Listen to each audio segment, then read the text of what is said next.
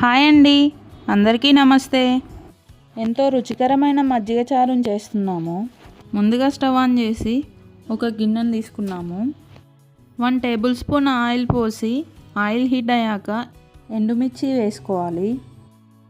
జీలకర్ర, ఆవాలు, అల్లం వేసి పచ్చిమిరపకాయలు వేయాలి.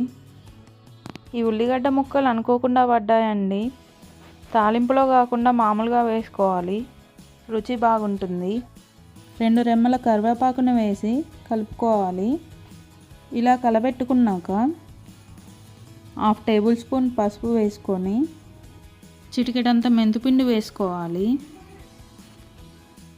మెంతిపిండి తాలింపులో టేస్ట్ బాగుంటుంది, అలా అని ఎక్కువ వేస్తే చేదవుతుంది.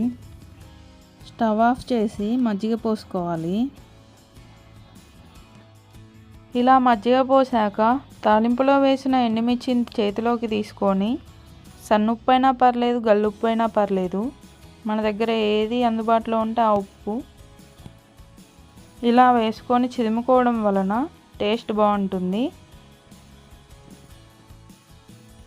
ఉల్లిగడ్డ ముక్కలు, కొత్తిమీర పచ్చివే వేసుకోవాలండి. ఇలా వేసుకోవడం వలన చూడడానికి చాలా బాగుంటుంది, తినడానికి ఇంకా బాగుంటుంది. అంతేనండి, ఎంతో రుచికరమైన మజ్జిగ చారు తయారయ్యింది. Thank you for watching.